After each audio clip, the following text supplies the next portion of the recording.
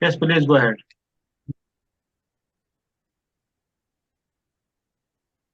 Good afternoon, everyone. I would like to welcome all the esteemed patrons, chief guests, keynote speakers, resource persons, moderators, and all the participants to the first 10-day online international research methodology workshop in social sciences. I am Dr. Komal Jaiswal, Assistant Professor in School of Commerce and Management, Lingaya's Vidyapeeth, Faridabad. This workshop is organized by the Jammu and Kashmir Economic Association in collaboration with the School of Commerce and Management, Lingaya's Vidyapeeth, Faridabad, and Academics Publishing House, Delhi.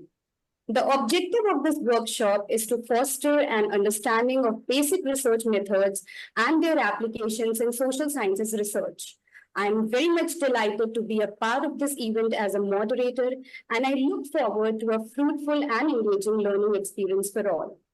Ladies and gentlemen, it is my distinct honor to extend a warm welcome to each of you to today's workshop, where we are privileged to have Dr. Atman Shah as our esteemed resource person.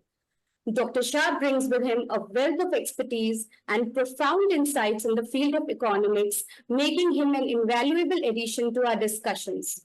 Dr. Atman Shah is an assistant professor of economics at SXCA. Renowned for his expertise in economics and data analysis, he is frequently invited by national and international institutions to deliver insightful sessions. His research contributions are reflected in numerous papers published in Scopus Index journals, alongside thought-provoking articles featured in national and regional newspapers. Dr. Shah's dedication to advancing economic discourse has earned him widespread recognition in academic and professional circles. Once again, a warm welcome to Dr. Shah and to all participants. Let's embark on this workshop with enthusiasm and a shared commitment to advancing knowledge in economics. Before starting the session, I would like to request all the participants to keep their mics on mute. Once the session will be over, we will have the question and answer session, and everyone will get a chance to ask their questions and clear their doubts.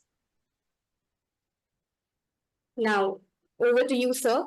Please, I would like to welcome to enrich us with your profound and deep knowledge. We are eagerly waiting for a session.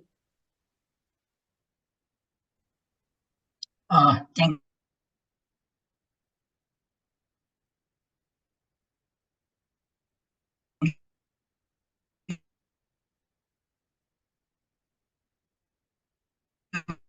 very much, Komal ma'am, for your kind introduction. My pleasure, sir.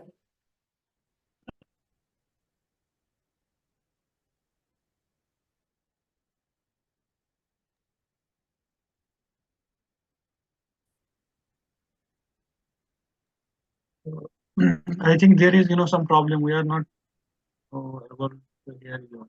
There is some voice problem. Am I audible now? Yes, you are now audible, sir. You are audible now. Yeah. So thank you, Komal ma'am, for your kind introduction, and I would also like to thank the organizing team, Jammu and Kashmir Economic Association, Firdaus sir, and other members for giving me this opportunity to interact with the participants all across the fields. So the topics assigned to me is violation of OLS assumptions using R Studio. So before we start understanding, or before we perform the or before we check how to conduct the heteroscedasticity or autocorrelation or multicollinearity using R Studio, we need to understand the concepts associated with OLS and assumptions of OLS. So in the first half, I am going to discuss the concepts, and in the second half, we will do the hands-on practice. So I have already shared the CSV files, or has already shared in the chat box. So you can use the same CSV file along with me. I'm sharing my screen.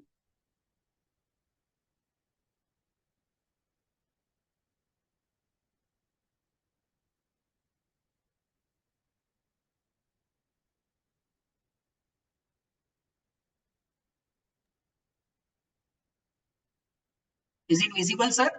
Yes, sir, it's completely visible. Okay. So let's start understanding the idea of OLS. So I'm not going into the details of regression analysis because you already know the concept. I will be focusing on the assumptions of uh, OLS, ordinary least squares. I'll briefly talk about the regression analysis. We all know that in regression analysis, we have two types of variables. One is dependent variable and another is independent variable. In simple linear regression model or in bivariate regression model. So how do we specify the model? What is the model specification and why we use regression analysis or why we use these models in our statistical analysis? So one of the major use of regression analysis is to estimate or predict the value of the dependent variable for the given values of independent variable. So that is the prime idea of using the regression analysis. We want to estimate something, we want to predict or forecast something. So we have the functional form y is a function of x, and we know that y is our dependent variable and x is our independent variable. Now see this model specification. Yi is equal to alpha plus beta xi. So here y becomes the dependent variable. Alpha and beta are our parameters, also known as regression coefficients. Now what is alpha? Alpha is intercept. When the value of x is 0, y is equal to alpha. And beta is slope coefficient. So basically slope coefficient shows the change in y, that is change in dependent variable for a unit change in independent variable. This is how we interpret the value of beta coefficient or the value of slope coefficient. See this diagram. This is our alpha. Here we have the slope, that is beta. Now, what is the problem with this model specification? Y is equal to alpha plus beta xi is exact relation. That means all variables in all variations in yi can be explained by xi. All variations in yi can be explained by xi. But it is not true. Factors other than x can also affect y. Right? So to make the model adequate, we add the error term. So now our model becomes alpha plus beta xi plus mu I. And this mu I is known as the error term, and therefore our relation becomes stochastic. From exact relationship to stochastic relationship. So mu I is known as stochastic error term or disturbance term. What is the significance of mu I? Mu I captures the effects of other independent variables which are not included in the model. Here we have included only one independent variable, that is xi. But some other variables also affect yi which are not included in the model. And those variables, those omitted variables are captured through disturbance term. See this simple example. Now in economic theory, we know that consumption expenditure is a function of income. Now this is exact relationship. That means only income can influence the consumption expenditure. But we know that variables other than income can also affect consumption expenditure. For example, gender, caste, whether person is from rural area or urban area. So these variables are not included in the model. So to make the model adequate, we introduce the disturbance term. That is, consumption expenditure is equal to alpha plus beta income plus mu I. So mu I captures the effects of independent variables other than income, which are not incorporated in our model. That is the idea of introduction of error term. Now, why I'm telling this? Because when we derive the parameters, the value of the parameters, when we estimate the value of the parameters, we actually minimize the error term, and therefore the significance of error term is important in the discussion.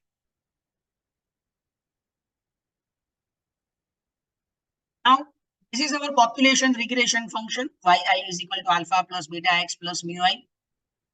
These parameters are population parameters. They are unknown. So therefore, we need to estimate this alpha and beta using sample data. And estimates of alpha and beta are known as alpha hat and beta hat. What is estimated regression line? Is yi hat is equal to alpha hat plus beta hat xi. Now you might wonder that why error term is not there. The simple answer is we estimated this line from equation number 2 by minimizing the error term. And therefore, error term is not there in the estimated regression line. I'm repeating myself. We derived equation number 3, or we estimated equation number 3 from equation number 2 by minimizing the error term. And therefore, error term is not there in equation number 3. That is our estimated regression line.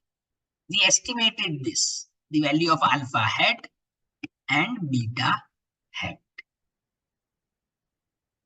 So yi hat is the estimated value of yi given the values of alpha hat and beta hat. Now let's understand this concept. Here we have this estimated line. Yi hat is equal to alpha hat plus beta hat xi. Yi hat is on the estimated line, but the actual yi is above this line. For example, the actual value of yi is above the estimated value. This distance between actual value and estimated value is mu I hat, estimated error term. The distance between estimated value of yi and original value of yi is known as sample error term. What is sample error term? The mu I hat is equal to yi minus yi hat. The distance between two is our sample error term. So these are some simple calculations. I'm not going into the details. But the concept is we want to minimize what? The error term. We want to minimize this error term. Because when we minimize the error term, the accuracy of the model increases. So we estimate alpha and beta in such a way that summation mu I is equal to 0.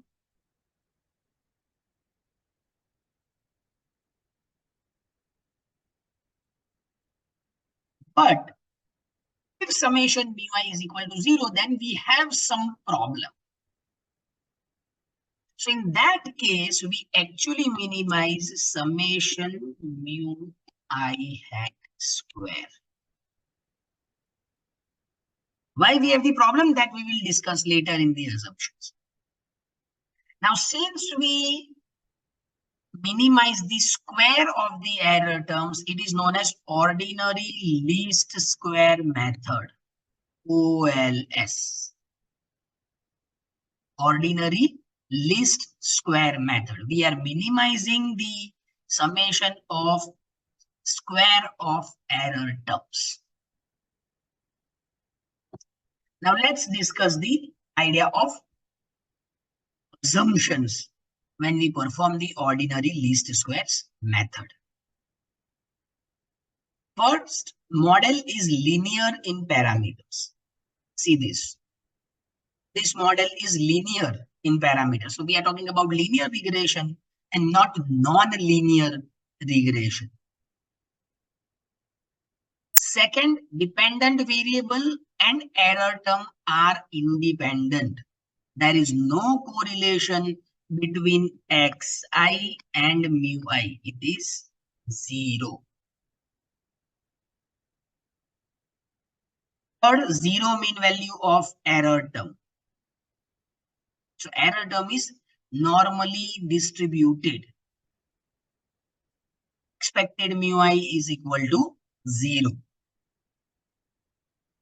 Now what does that mean?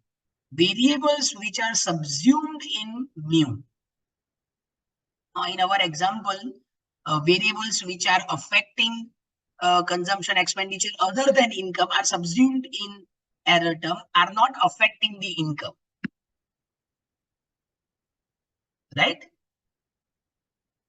That means there is no specification bias. Our specification of the model is not biased. Now we have the assumption of homoscedasticity. Now what do we mean by homoscedasticity? Homoscedasticity means the variance of the error term is constant. Variance of mu I is equal to expected mu I square is equal to sigma square. It is constant. The value of sigma square does not change. Error term is the same across all values of independent variable. And it is more observed in cross-sectional data rather than time series data. See this example. Consumption and income. As income increases, variation in the consumption pattern changes. So higher the income, higher the variation in consumption, lower the income, lower the variation in consumption. But homoscedasticity assumes that there is no change in pattern. Pattern remains the same, variation remains the same. Second, writing practice and mistakes. We know that higher the practice, lower the mistakes. But again, this assumes that the homoscedasticity assumes that there is no change in mistakes or no change in pattern. So that is the idea of homoscedasticity. Now, what happens if this assumption does not hold true? So it is known as heteroscedasticity.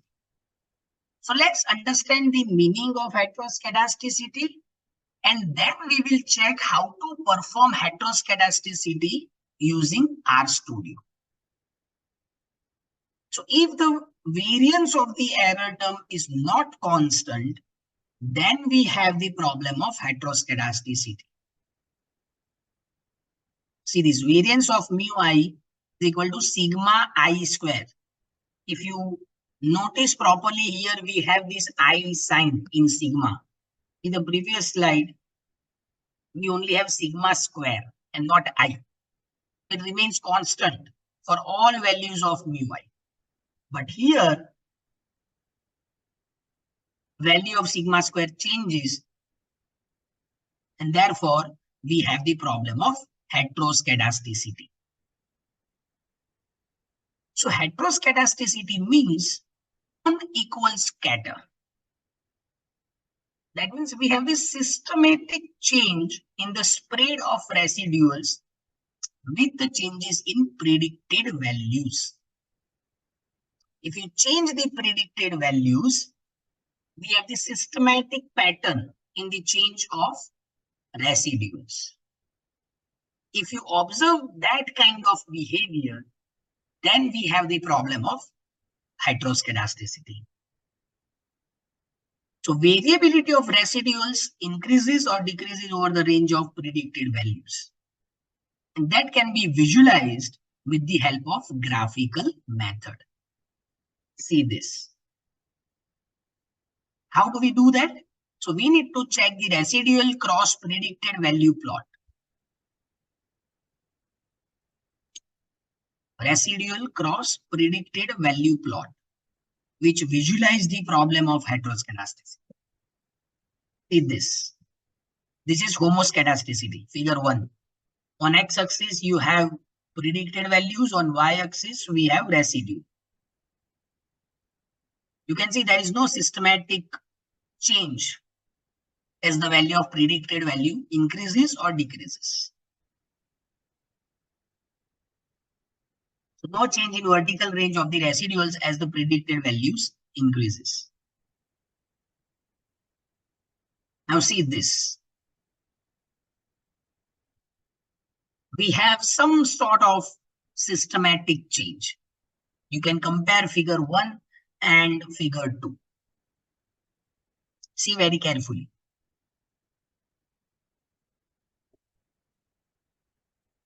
So vertical range of the residuals increases as the predicted values increases. And therefore, we have the systematic change. So this is heteroscedasticity. And this is homoscedasticity. So through this scatter plot, you can actually visualize whether you have the problem of heteroscedasticity or not. Now let's see the examples. First, consumption and income. So homoscedasticity says that there is no change in consumption pattern as income increases. But in reality, variation in the consumption pattern increases with income. As your income increases, the consumption variation increases. You might consume various commodities, various services, which are not being consumed by the lower income group people. So lower the income, lower the variation, higher the income, higher the variation. And therefore, we have the systematic change. Writing practice and mistakes. Again, homoscedasticity assumes that there is no change in mistakes, but in reality, if we practice more, the probability of mistakes goes down. And therefore, again, we have the systematic change. What is pure versus impure heteroscedasticity? Now, pure heteroscedasticity means where model specification is correct and yet we observe non-constant variation. And impure heteroscedasticity means our model specification is incorrect.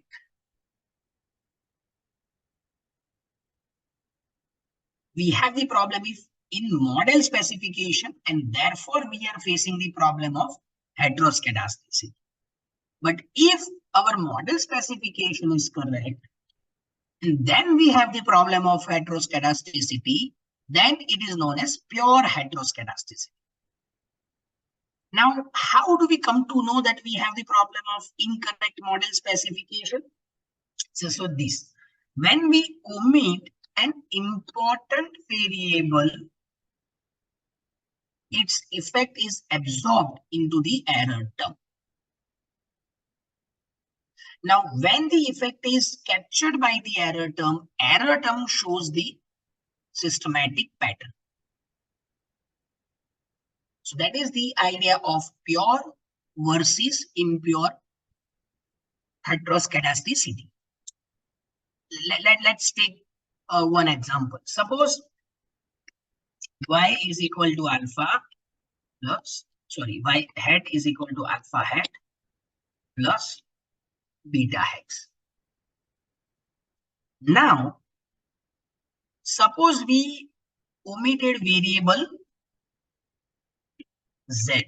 We have omitted variable z, which is not included in our model. But this variable z is very important and it is affecting y significantly. Now, since it is not incorporated in the model, this effect is captured by error term mu. And therefore, The error term shows the systematic pattern.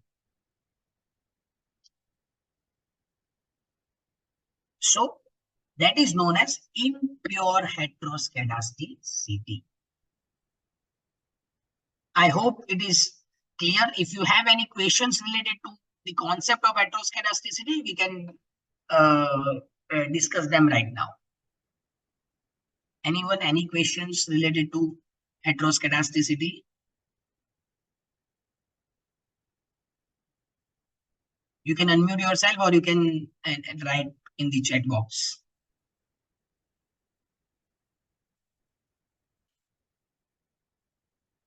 Anyone?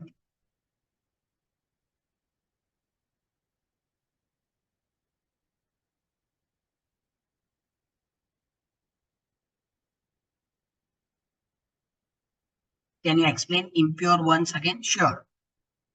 So impure heteroscedasticity means you are omitting an important variable from the model. As I said, suppose your model suggests that it is y hat is equal to alpha plus beta hex. You have omitted z.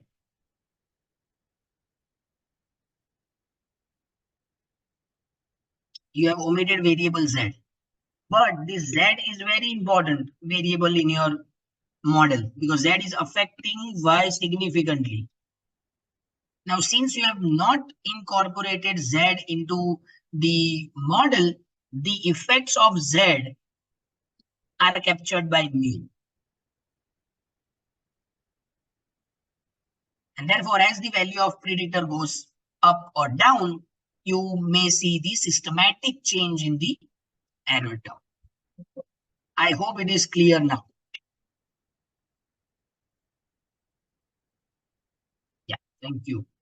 Any other questions, anyone?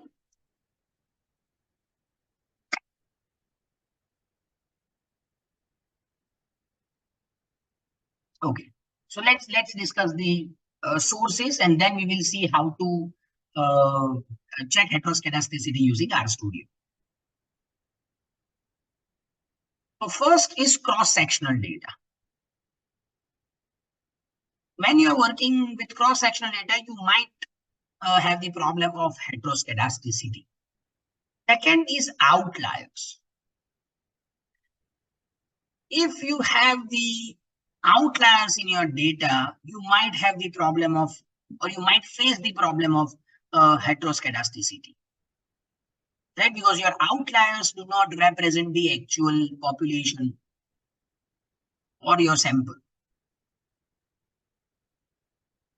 Third, obviously incorrect specification of the model. You are omitting an important variable or important variables which have the significant influence on the dependent variable and still you are not including them in the model. Skewed distribution of independent variable. So if your independent variables do not follow the normal distribution, if they are skewed, either positively skewed or negatively skewed, you have the problem of, or you might face the problem of heteroscedasticity. Fifth is incorrect transformation. That is, suppose your data is not normal and you transform your data through various statistical techniques that might result into heteroscedasticity. So these are some sources of heteroscedasticity, and therefore whenever you work on cross-sectional data, please check whether you have the problem of heteroscedasticity or not, and then use the OLS method. Because if heteroscedasticity occurs, ordinary least squares method is not useful in estimating the value of alpha and beta. Right? So here we have one question: is normality and heteroscedasticity same? No, normality and heteroscedasticity is not same. We check the normality for the sample or population. Right? Whether so heteroscedasticity deals with the variance of the error term. Right? and we check the normality for variable X and Y. So both are completely different. Okay.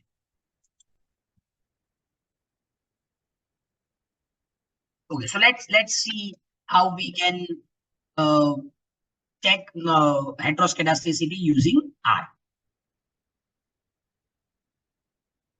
So you can open your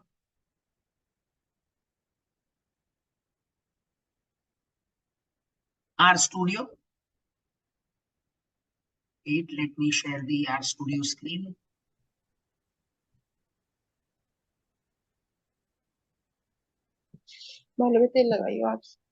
Yeah.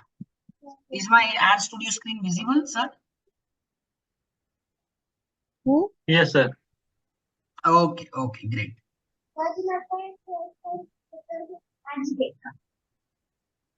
Riya Saini, kindly mute yourself. Okay, sir, go ahead. Yeah, thank you.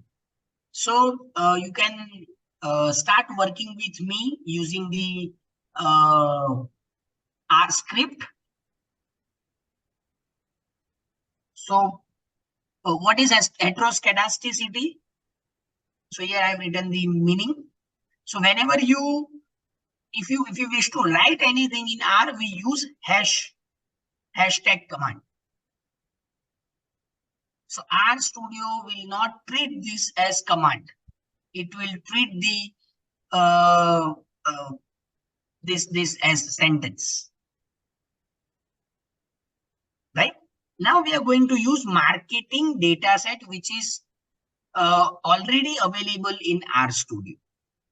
So let's see how to download any or how to install any package, any inbuilt package that we have in R Studio. So here we have the command install.packages. So you can write this install.packages in double inverted comma data RIUM. So you simply write this and then click on run.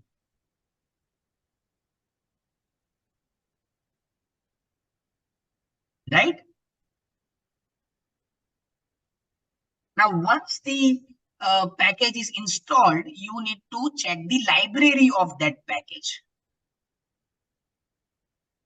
And therefore, here we have the library command.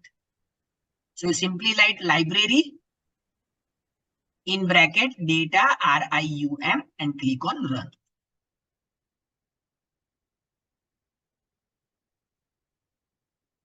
So now this data RIUM package is installed in our library. Now let's understand the data first. So to understand the data, you simply write data and in bracket marketing. Now in this data RIUM, we have the data called marketing. So first we have installed the package. Then we have the library. And in this library, we have the data set called marketing. So for that, we need to write this command. Data in bracket marketing. So you write this and simply click on run. Now, which variables you have in the data set? How we are going to come to know that we want to use these variables only? Or what are the variables which are available in this marketing data set? So for that, we have the command called help. We have the command called help. You simply write help in bracket marketing and then click on run. Now, once you run the command, you can see the description here on right hand side down corner.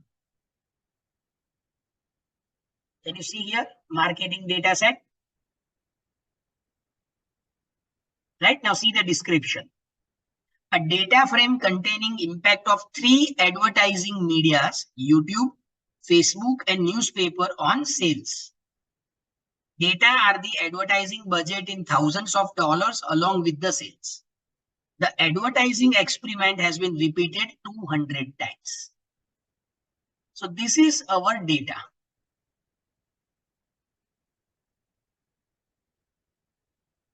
So a data frame with 200 rows and 4 columns.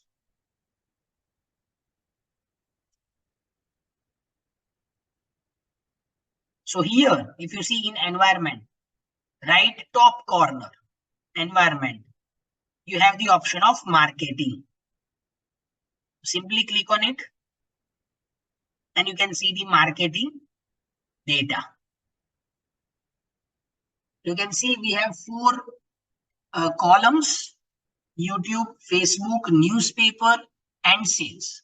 So what we are measuring, or what is the type of the data? That the effect of this YouTube, Facebook, and newspaper advertisement on sales of the product. Right?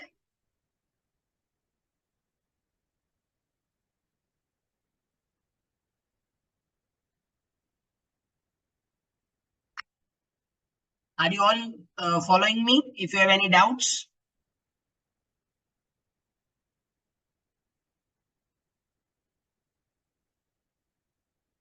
Okay. Now first we need to run the regression model.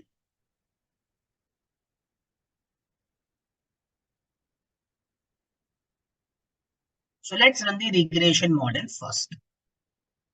So now I'm saving my regression model as MLRM, multiple linear regression model, because we have more than 2 independent variables. Sorry, more than 2 variables in total. So the command is LM. Sales is our dependent variable. Let me write for this. Let me write this for you.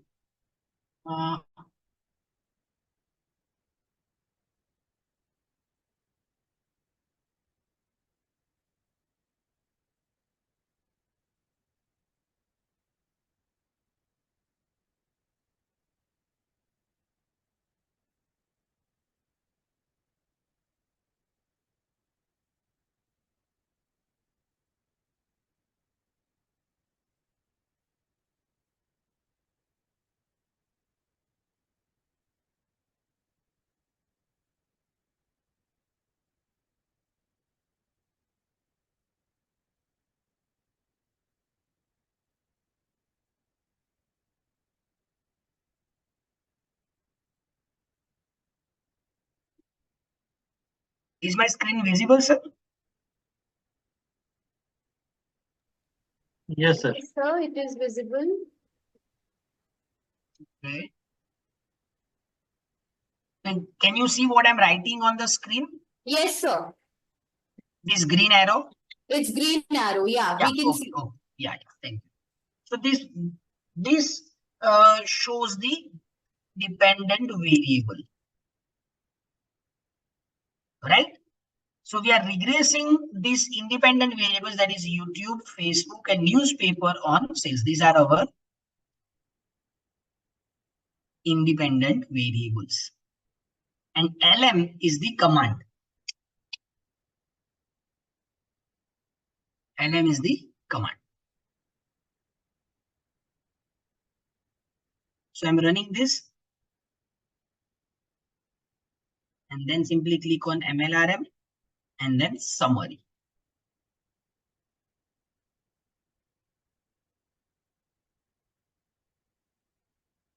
Now you see the result.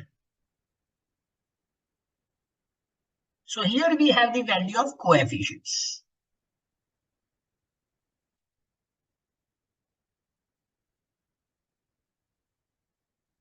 Value of coefficients. So what is our intercept? It is 3.52. That is alpha. The value of the YouTube coefficient, it is 0.04. Facebook coefficient 0.18. And newspaper coefficient is minus 0.00. Now here you can see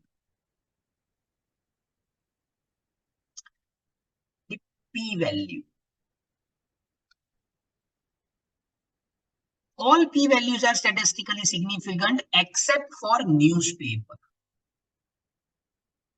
Except for newspaper. This is insignificant.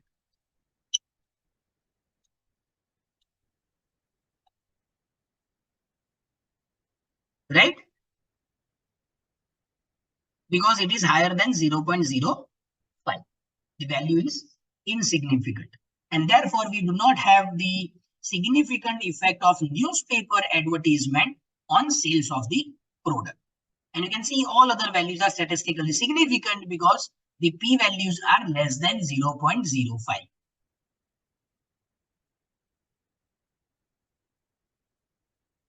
Okay. Now see F statistic that shows the overall significance of the model. So F statistic is 570.3 and p-value again it is less than p-value is less than 0.05 and therefore the entire model is statistically significant. This shows the overall significance of the model. But whether we have the whether our estimated values are accurate or not, and for that we need to check the heteroscedasticity. So let's see. Before we perform heteroscedasticity test, we again need to install another package called LM test. So you write install.packages in bracket LM test and then library LM test. And then click on run.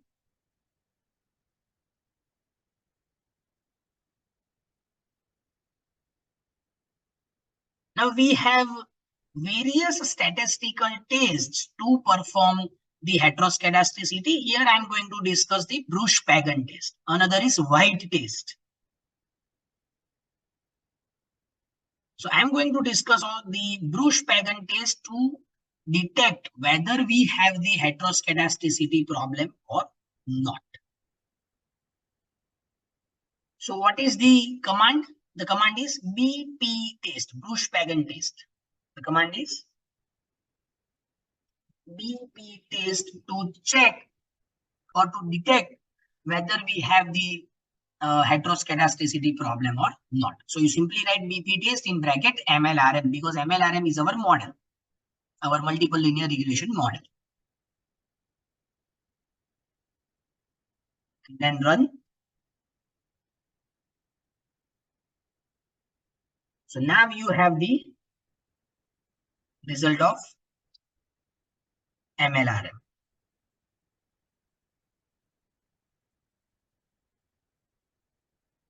So what is the test statistic or the value? It is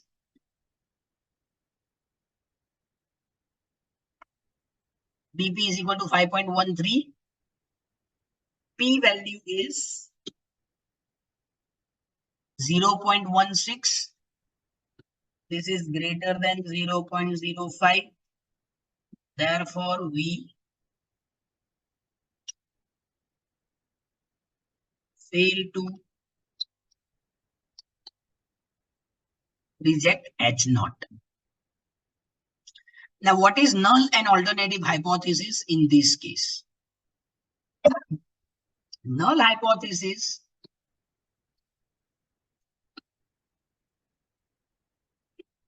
H0 says that we don't have any heteroscedasticity. No heteroscedasticity. And alternative hypothesis says that we have the heteroscedasticity. Now here in this case, we fail to reject the null hypothesis, right? You can see the p-value is greater than 0.05. It is 0.1623. Now, if we fail to reject the null hypothesis, we don't have the problem of heteroscedasticity as far as this data is concerned.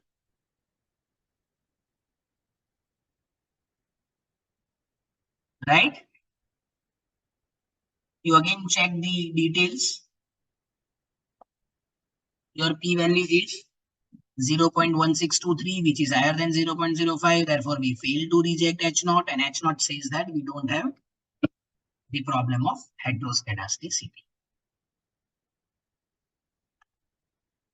This is how we can detect the problem of heteroscedasticity using RStudio.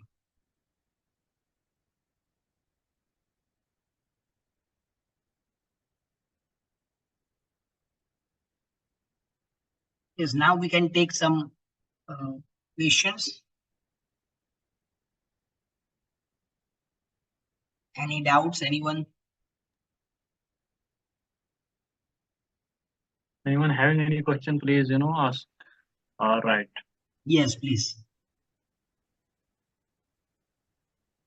So there are some students who are, from the background of social science subjects.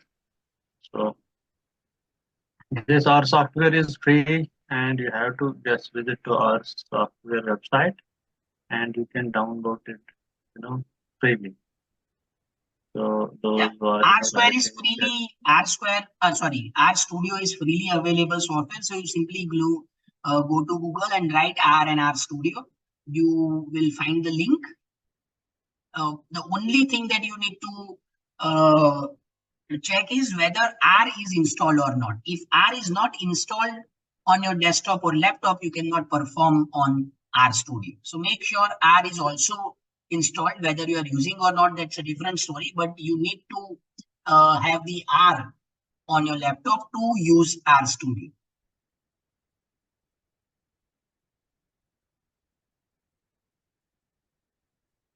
I have a doubt. Yes, sir, please.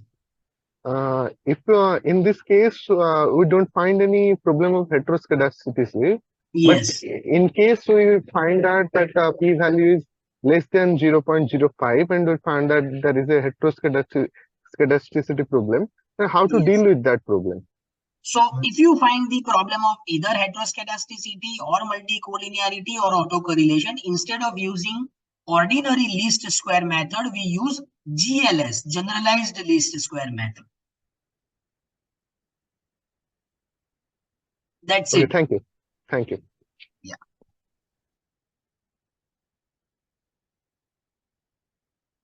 Yes, any other questions?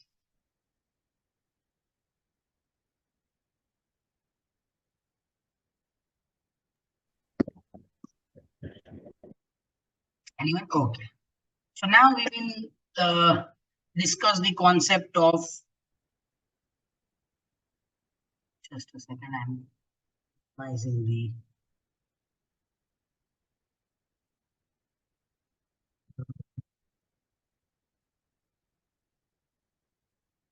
autocorrelation. And at the end of the session, we will discuss the idea of multicollinearity. So what do we mean by autocorrelation? Again, OLS assumes that we don't have the autocorrelation problem. Autocorrelation is nothing but the correlation between two error terms. Autocorrelation is the problem between two error terms. The two error terms mu I and mu j are not correlated with each other. That means the error at one point is not related to error in another point. Now let's understand this in detail. So what is the assumption? Error terms of the linear regression model are independent of each other. See this example. Given any two values of x, such as xi and xj, then correlation between mu I and mu j is 0. So mu I is associated with xi μj is associated with xj. So error term associated with one variable, and error term is another error term which is associated with another independent variable. These two error terms are not correlated.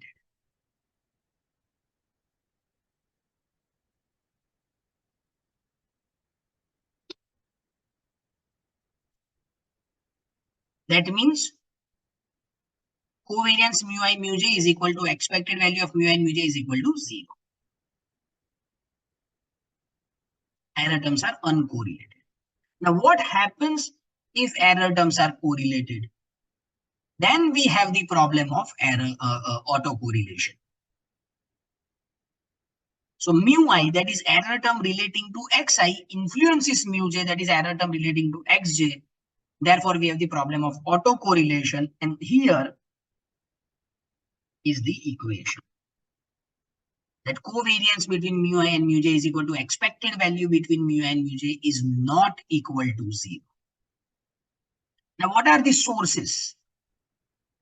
What are the sources of autocorrelation? So first is specification error. Now, what do we mean by specification error? Variable is not included in the model. It is omitted variable or wrong functional form. The functional form which you have specified is quadratic and we have considered linear relationship. Or it is non-linear, but we have considered the linear relationship. Or it is linear and we have considered the non-linear relationship. So that is wrong functional form of the relationship between two or more variables. If you have that kind of problem, then we have the issue of autocorrelation. Is this. For example, you are studying the factors influencing housing prices. Influencing housing prices.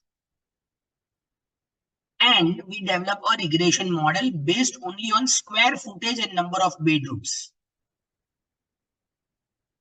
We include only two independent variable, square footage and number of bedrooms. And we are omitting some important parameters such as location and interest rates on housing loans.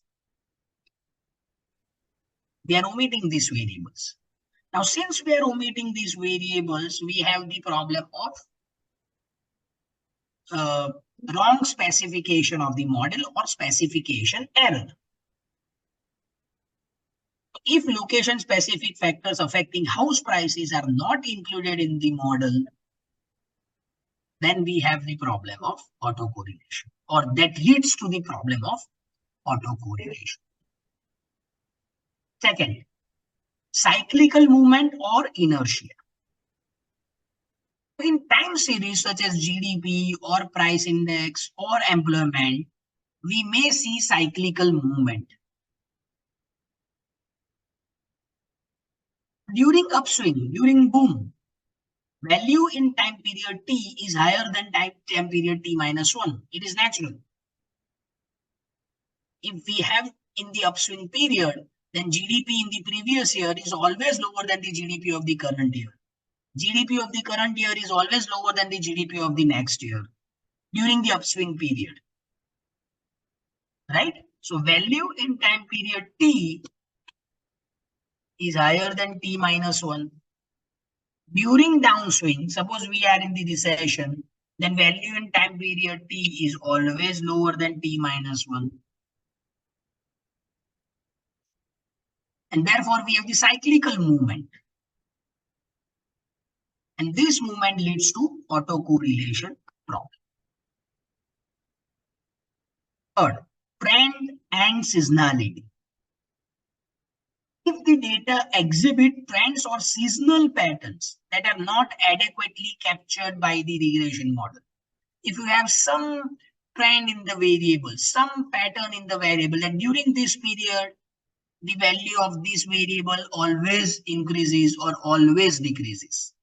So if you have that trend in the variable, and you do not capture those trends adequately, then we have the problem of autocorrelation.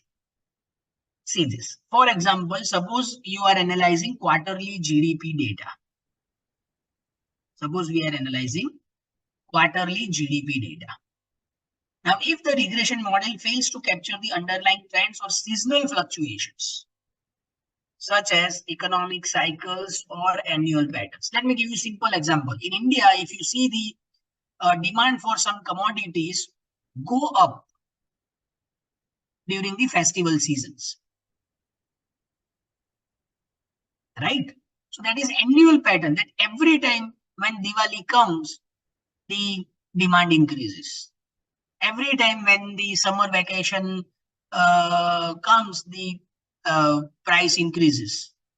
Price of some industries may go up due to high demand, particularly in hospitality sector. So we have these annual patterns, and if you do not capture this annual pattern correctly, then it becomes a problem. Fourth, measurement error.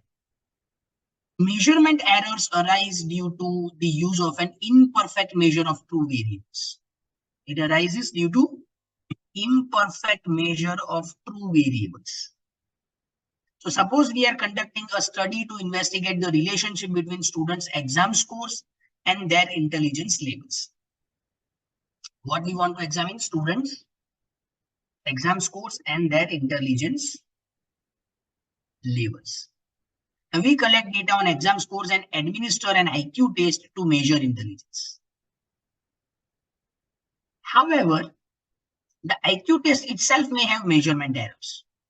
The way you conduct the IQ test has some measurement error, and therefore it might not perfectly capture students' true intelligence. Because we capture students' true intelligence through various tests. IQ is one of them. But what if the entire IQ test has some measurement error? Right? For example, error in test design or cultural biases, etc. So in that case, the entire model may face the problem of autocorrelation because we are facing the problem of measurement error.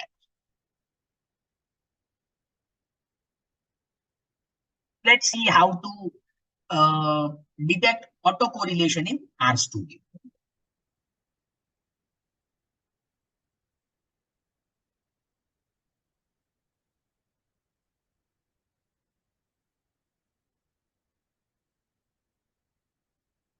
So here we are going to use the data file which is already shared with you.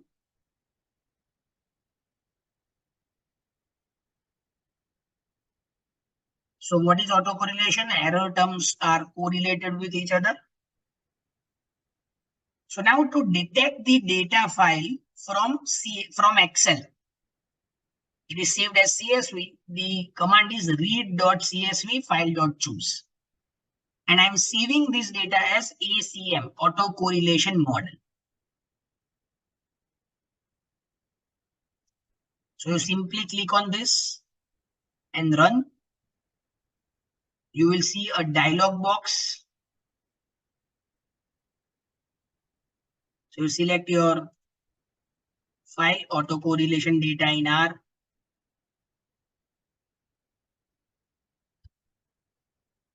Once you insert the data, you can see in the environment whether that model, whether that data set is available or not. So here I can see it is available, ACM. You click on it and see the data. I have the time series data with me.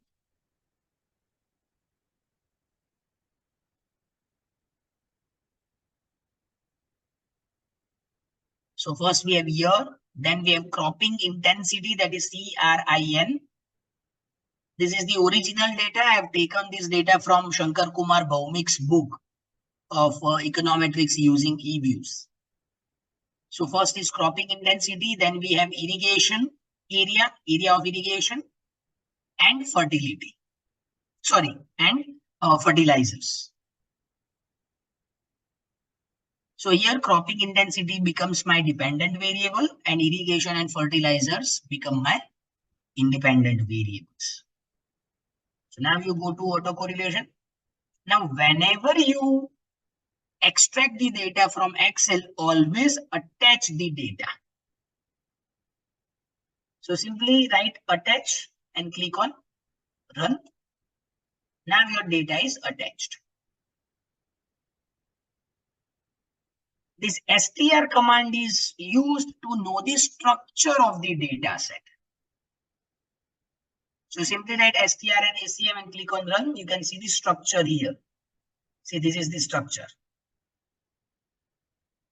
So you have the data frame of 58 observations of 4 variables. First variable is year. Then we have cropping intensity, then irrigation and fertilizers. Now again, to perform the autocorrelation test, we need to install the package LM test. Now since the library and package is already installed, there is no need to install it again. Now which test we are going to use? Durbin-Watson test.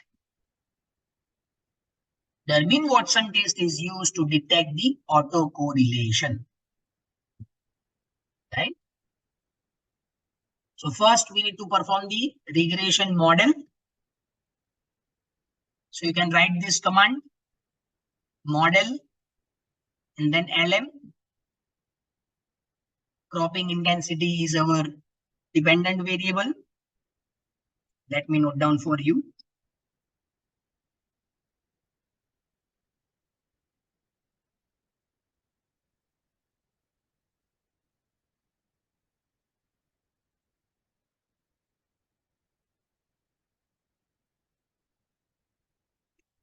This is dependent variable and these two are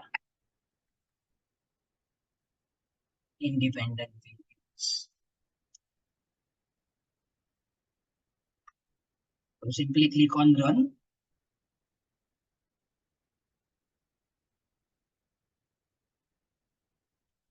So here we have the model.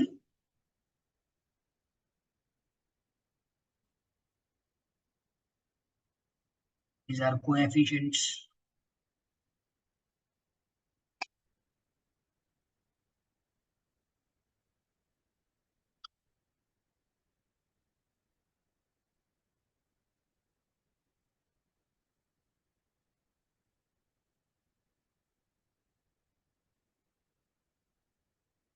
Now you see all values are statistically significant. First two are statistically significant at 0.05 and second is statistically significant at 0.10. Right? The overall significance can be checked with the help of ANOVA.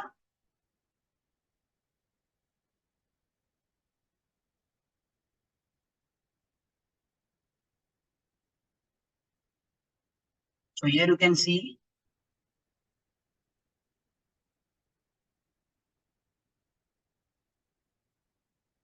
p-value is less than 0.05. That shows the overall significance of the model. But again, we do not know whether we have the problem of autocorrelation or not.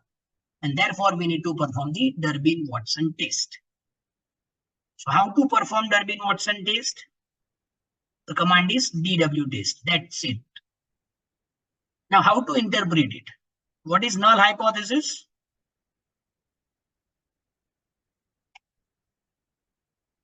There is no autocorrelation. An alternative hypothesis says that we have the problem of autocorrelation in the data. You can check the null and alternative hypothesis again. Null hypothesis, there is no autocorrelation. Alternative hypothesis, we have the presence of autocorrelation.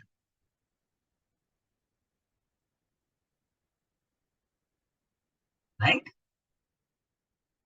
Now you write the command DW test in bracket model.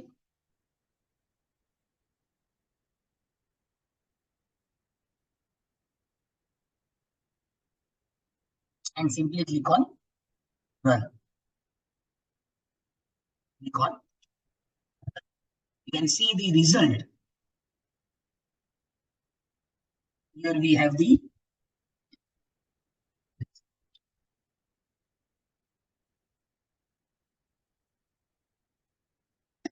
result of DW test.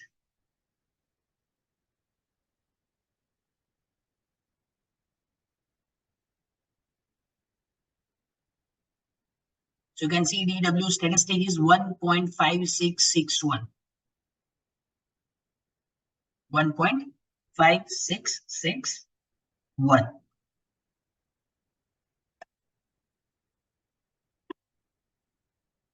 Right? The associated p-value is 0.02605. Now, since this value is less than 0.05,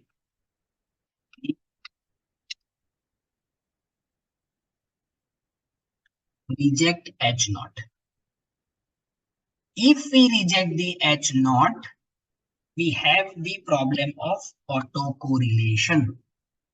See our null and alternative hypothesis. We have the problem of autocorrelation. Now, how to interpret this? Whether we have positive autocorrelation or negative autocorrelation. So, if the value of D is less than 2, see here.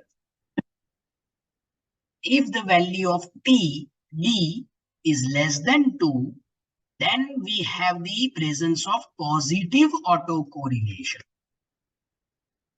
And if the value is greater than 2, then we have the problem of negative autocorrelation.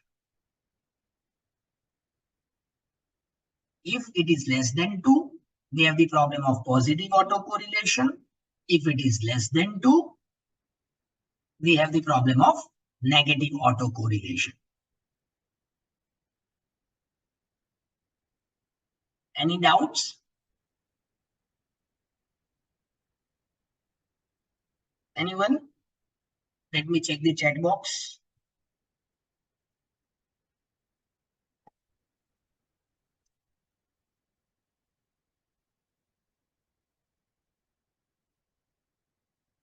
No, okay. If you have any doubts, you can unmute yourself also.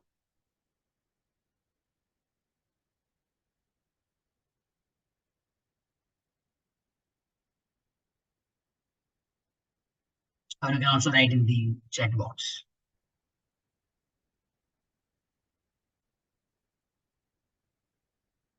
Okay. So let's discuss the concept of multicollinear, the last concept of R Studio.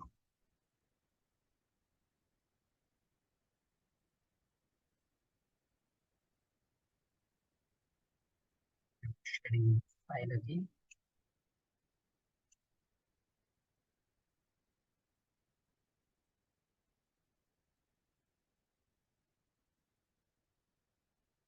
Meaning of multicollinearity.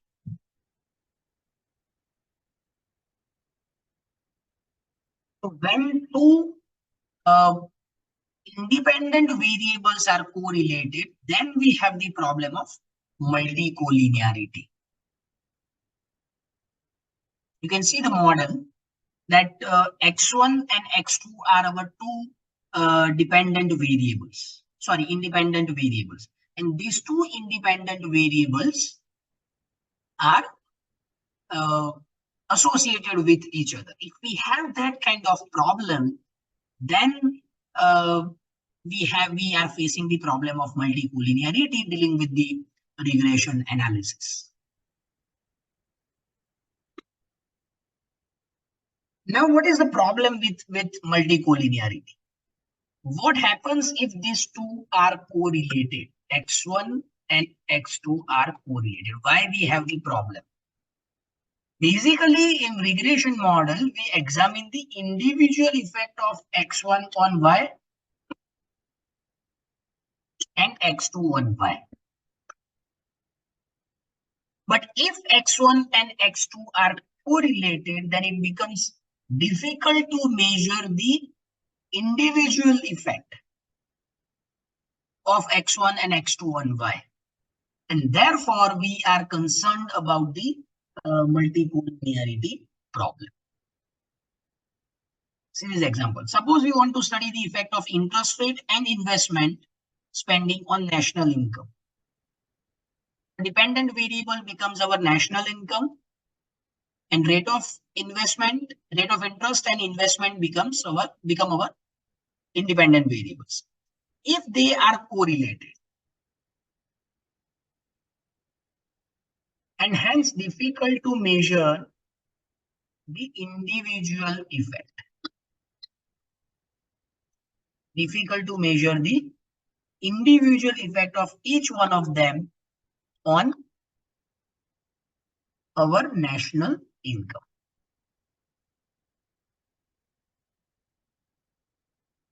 Right? What are the sources? First, data collection method. If we have limited sampling, then we might have the problem of multicollinearity, because limited sampling over a restricted range of values of independent variables lead to correlations among independent variables. See this. Household income determinants like education level, work experience, and geographic location. If the sampling method targets urban areas and individuals with higher education level, it may lead to multicollinearity, because limited variation in educational backgrounds could result in a strong correlation between education level and work experience in the sampled data.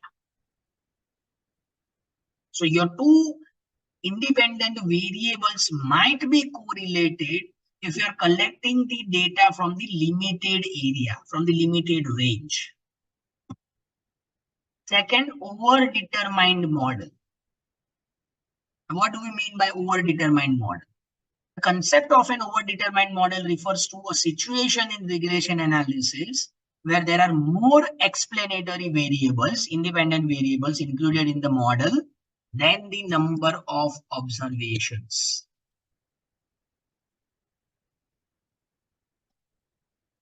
Your independent variables, the number of independent variables are higher than the data points, number of observations. And this scenario can lead to multicollinearity. Third, redundant variable. Multicollinearity can arise when one predictor variable is redundant or provides similar information as another predictor or independent variable. See this example. Suppose you are studying factors affecting the student performance and include both total study hours per week and study hours per subject. Study hours per week and study hours per subject as predictors. Now these variables are highly correlated.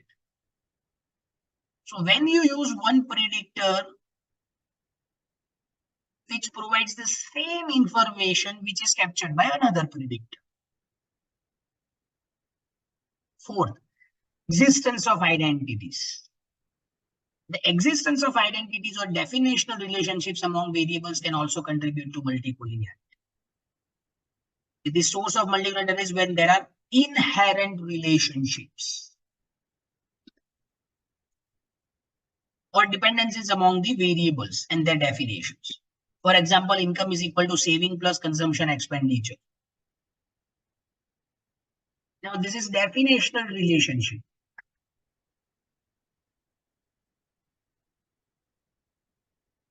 Right? Your income is either saved or consumed.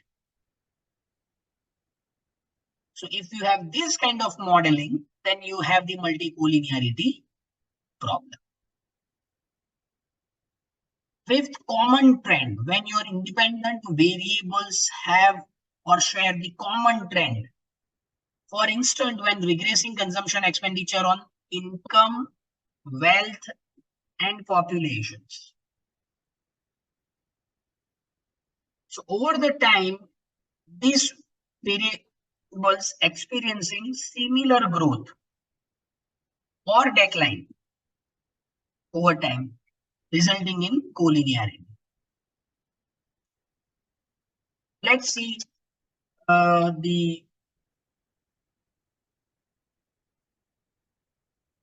to perform collinearity using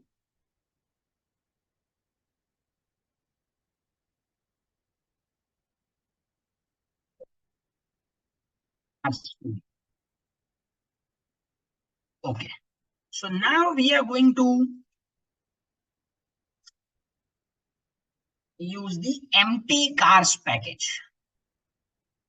So you first install the empty cars package and then use the library.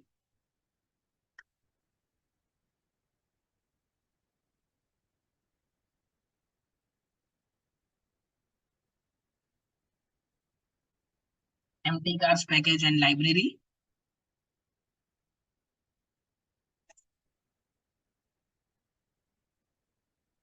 It will take 10-15 seconds.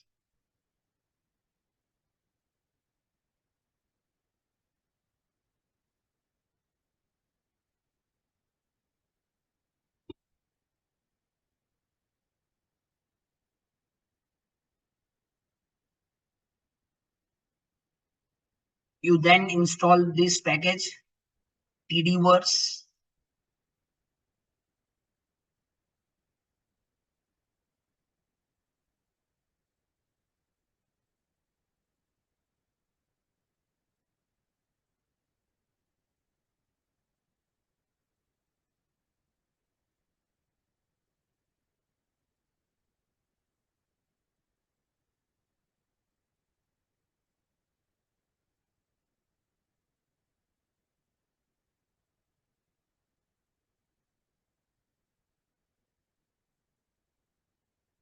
Now you can save our data as multi underscore data because we are talking about multi-collinearity. You can give any name, A, B, C, X, Y, Z, any name. I mean, these empty cars, if we want to use these variables only, MPG, cylinder, disk, HP, and WT. And therefore, we are using this command. Now, if you write help empty cars,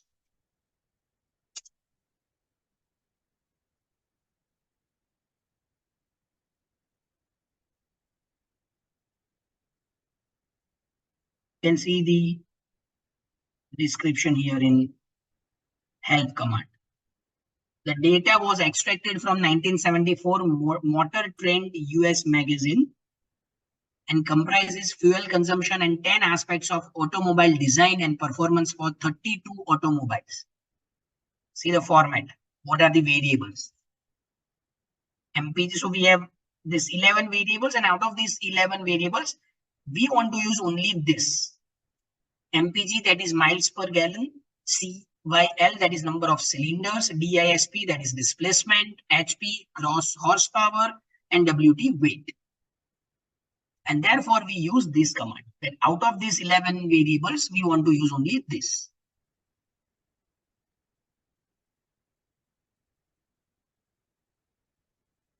Right? So you simply run this and then write multi-data. Now, again, you need to install another package called install.packages core plot.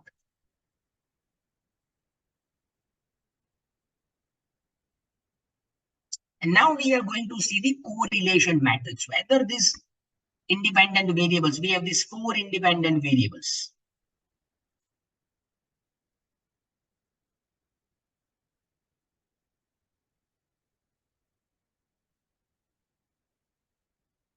These are our independent variables.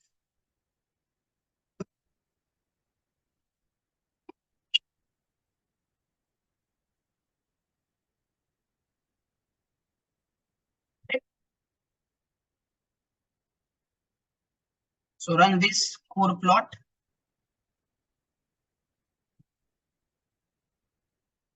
And you can see the correlation plot here.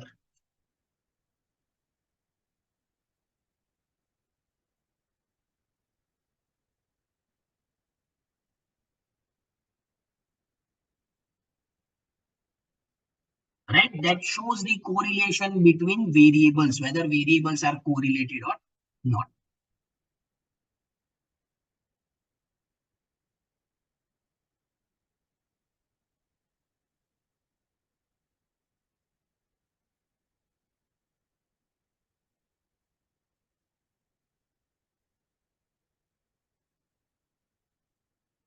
So here you can see red color. Red color shows that those variables are highly correlated with each other, either positively or negatively.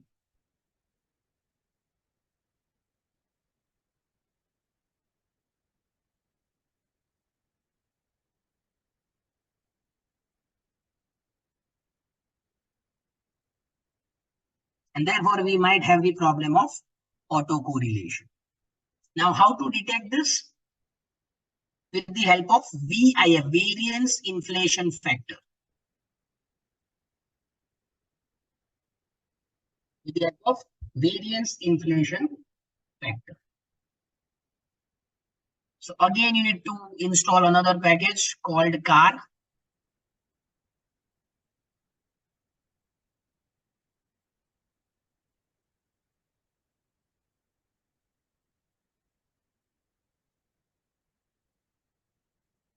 It will take 15-20 seconds.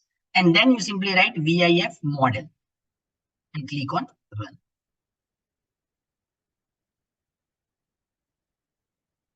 Now, what is the rule? If VIF is greater than 0, then you have the problem of multicollinearity. If the value of VIF is greater than 0, then we have the problem of multicollinearity.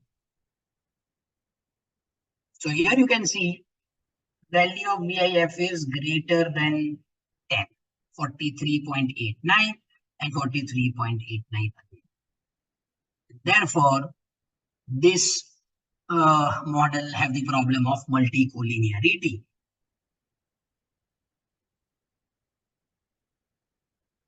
So this is the idea of multicollinearity. Now you have the problem of multicollinearity. It becomes quite difficult to. Sorry, I have some. Yeah.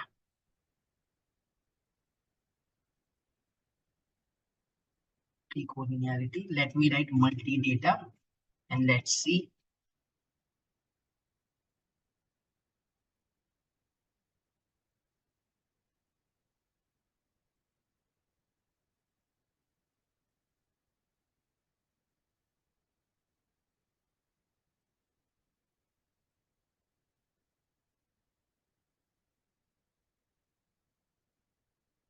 Model 1.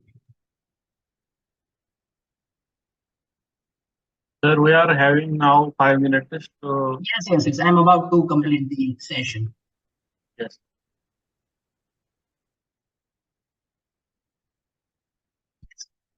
So here you can see the result.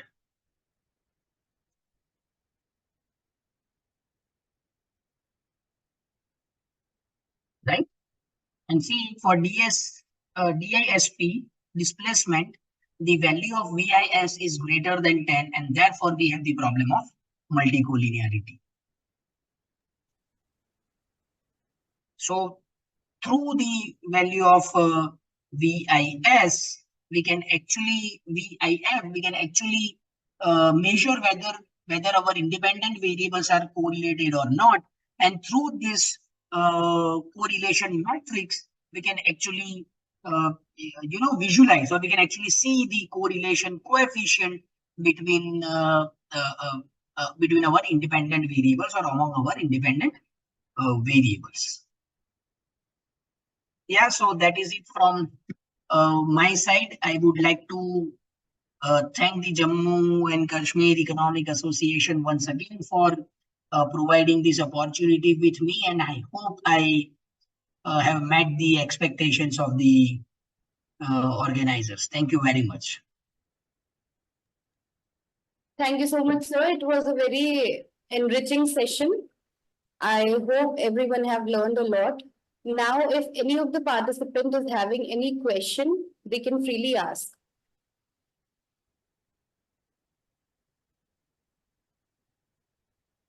Anyone? Yeah, any questions? You can also write in the chat box.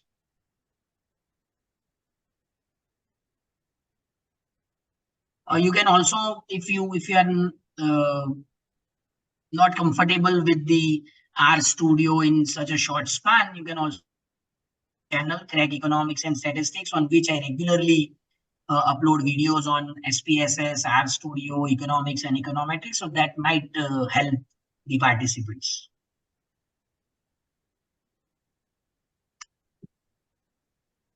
And somehow there is no question. Yes. So I guess that, is there any question? No, sir. Yes, ma'am, I want to ask one question. Yeah, please. Sure. Okay. Thank you so much, sir, for your informative session. I just have one query. Like earlier, one of the participants asked a question regarding the heteroscedasticity, and he said that if the problem exists, then we have to switch from OLS to GLS. Yes. Sir, my simple question is, like, if we are able to solve the problem of heteroscedasticity using various methods that are given, so in that case, are we still working with the OLS or we directly switch to the GLS? I'm a little bit confused about it. No. So what is the procedure? First, you check whether you have the heteroscedasticity problem or not. Right? If the problem of heteroscedasticity does not exist, then you use OLS. So basically, what is the concept? If you see the entire literature of econometrics, the estimators alpha hat and beta hat are blue, based, linear, unbiased estimator. Now, if you have the problem of heteroscedasticity, some of the requirements are not met. Some of the requirements are not met by, so therefore they are no longer blue. They are no longer based, linear, unbiased estimator. And therefore we switch from OLS to GLS. So you kindly refer to the concept of blue. Let me note down in the chat box. Based, linear, unbiased.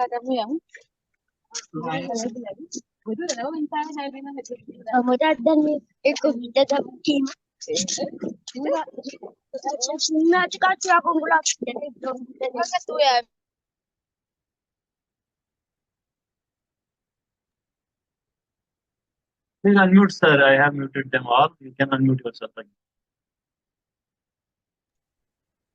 I hope it is clear now. Sir, one more question, please. Yes, I'm a please. bit confused. If I solve the problem of okay, the estimators are, say, they are not blue initially because I have a problem of, say, autocorrelation, multicollinearity, whatever it is, na? Right. So if I solve that problem, it means I have directly switched from OLS to GLS. If problem does not exist or problem exists. Sir, if the problem does not exist, it means that simply the properties have been proved. We can proceed further. But then use OLS only. Now, why you want to switch? Yes, sir, that is clear to me. My question is, like, if there is a problem of multicollinearity, do we need to make a separate model while removing the problem? Do not change the model. Model remains the same. You change the method of estimating the alpha hat and beta hat. Okay, sir. Okay. So what is OLS? OLS is the method of estimating alpha and beta. So instead of OLS, now you use either WLS, that is weighted least squares, or GLS, that is generalized least square. Okay. Thank you, sir.